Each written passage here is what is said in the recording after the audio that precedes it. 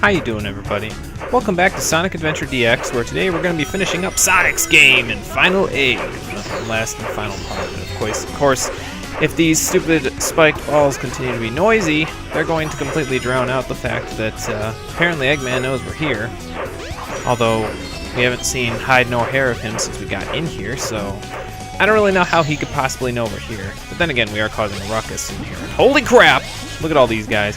These guys aren't very threatening, to be honest, but I wouldn't stick around really to find out how threatening they are, because if you touch them, they don't, I don't think they damage you directly, like at least not, you know, instantly, but they will explode if you just touch them instead of homing attacking them. You can homing attack them and they will, you know, just fall apart, but if you just don't homing attack them, they will explode, and that explosion is about as big as like a monkey bomb, or whatever the monkey enemies are called in this game, I don't remember. But it will explode, and that'll generate a decent explosion, and you don't want that. You could also use the Ancient Light against them, but there's just so many of them, there's no real point. I've done it before, but it just takes too long, so I wouldn't even worry about them, just run past them, and it's not really going to be that big of a deal. You'll face different, you'll be seeing them a couple of times throughout this little part, although for right now we are going to be a little bit more preoccupied in a second here once we get down in this section, because once you get here, there's a humongous, I think this might be like an elevator shaft or something, I don't know, but either way, it's pretty disorienting because at some point you will probably fall off and fall into the giant swirling vortex, which causes you to fall to your death, and that's just annoying, so if you want to avoid doing what I'm doing, and well, what I did and what I'm about to do again, then just stay a little bit to the right of the middle. Well, actually, it's pretty close to the middle of the thing. A little bit to the right once you come out of that little hallway where the checkpoint was, and you should be just fine. So, but yes, the closer we get to the heart of the base, the crazier it gets. Apparently, Eggman's got all these weird explodey mushroom slug things in here, and just I don't even know what he's thinking at this point. It's just a lot of craziness. I was trying to see if the Sonic doll was still here, but I guess not, considering they don't have any robots with guns on their arms anymore around here. Of course, I can still, you know, just completely avoid that ambush and boost jump over here. And hey, there's Tails and Knuckles in their doll forms, and oh boy. And the crazy camera's still here, so we must still be playing Sonic Adventure. In this room, you want to take out the enemies first because you have to do another Lightspeed Dash section here, and the Ancient Light tends to take priority over the Lightspeed Dash, so you want to kind of do that first before you go anywhere. Once you get across here, just head to the center of this little platform, and hey, we're in the center of Eggman's base. Sweet deal. It took way too long. I think the not bad. A mission is like 4 minutes 30 seconds, and I can do that pretty easily, but anyway. No hide nor hair of Eggman yet. Of course, if we follow the hard rock music, we probably will be able to find him.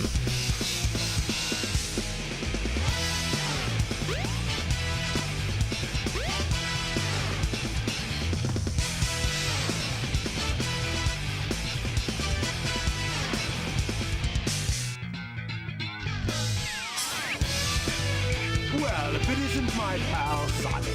Jesus, he's blocky.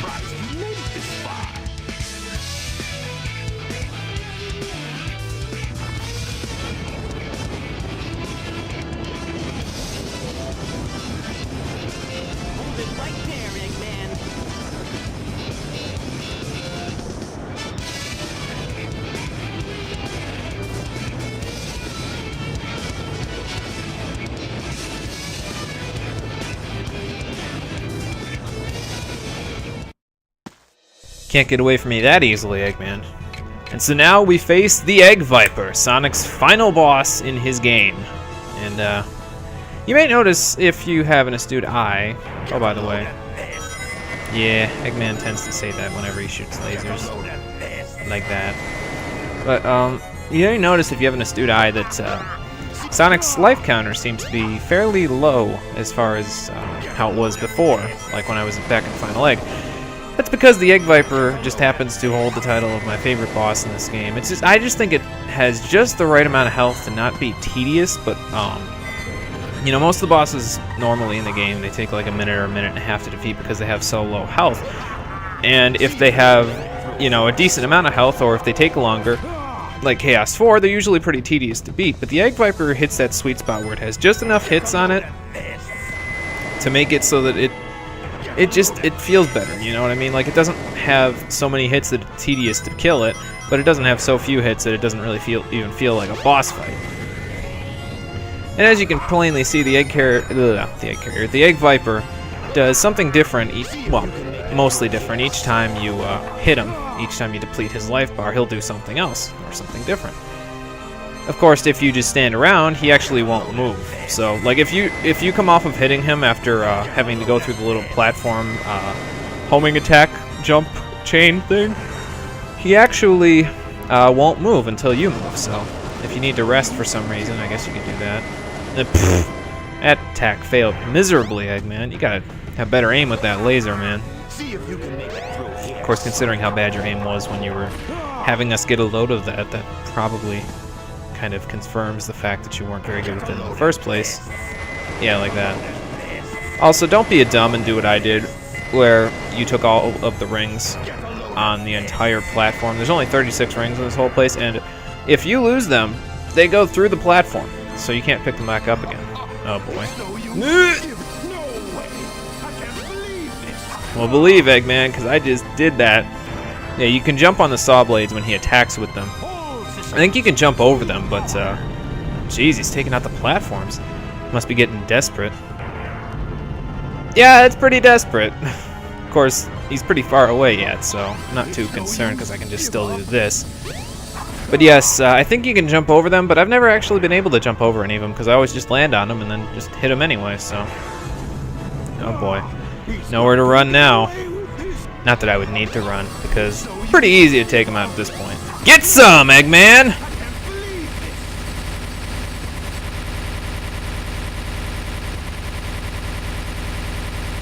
Watch out! He's up to something. What could he possibly be up to, glowing red light? He's dead. Oh, shit! Whew. That was a close one.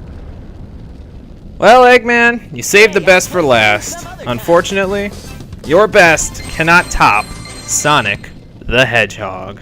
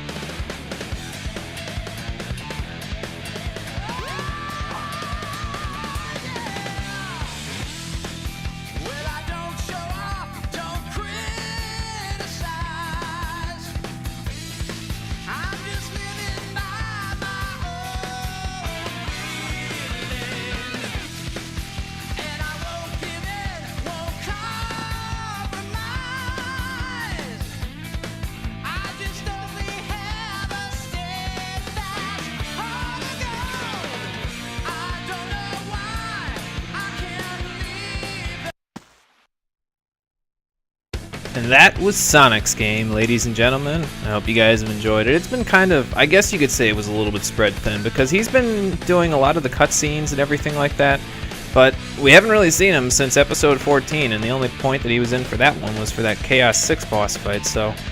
But I think he kind of pulled it out at the end here and gave it his all for his finale here, so.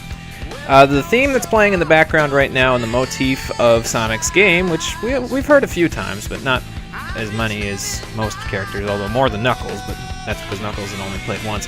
In any case, his motif for the game is called It Doesn't Matter, and it's by Tony Harnell, and it's the only theme that I actually have, can say has had the presence to grace my MP3 player, but that's probably because I haven't bought Unknown from ME yet.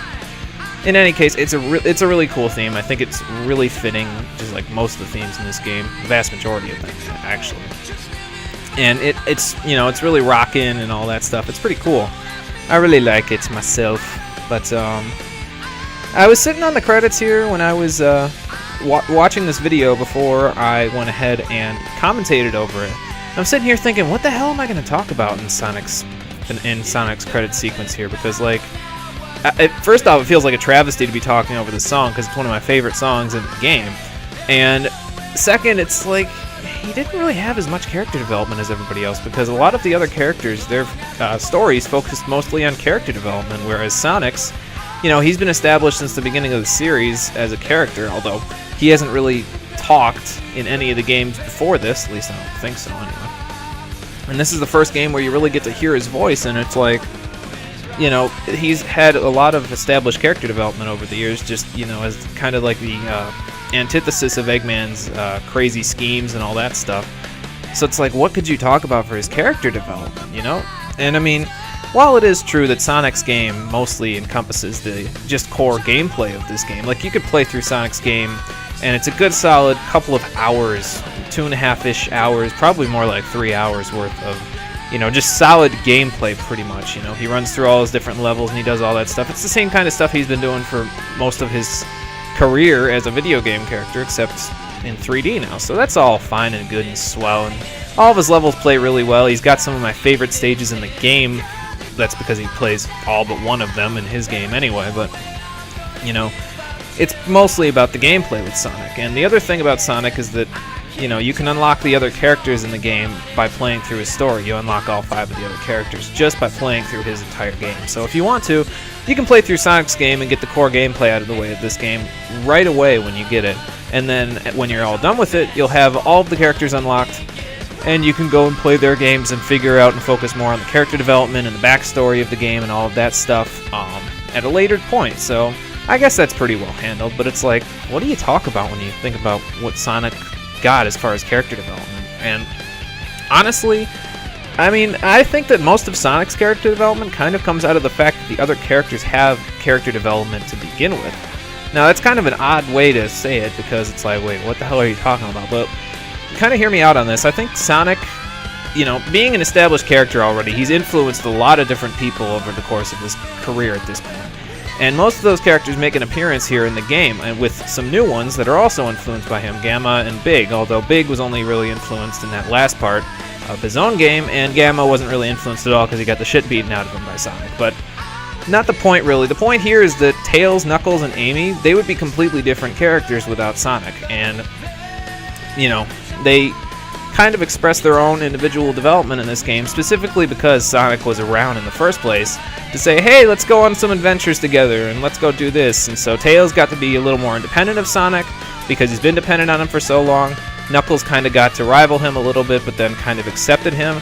And Amy got to stalk him for a little bit, but then become more independent herself. So really, without Sonic, I think that a lot of the characters in this game would be kind of in a different place. So Sonic gets his character development through these other characters, I think. And I think that's all fine and good.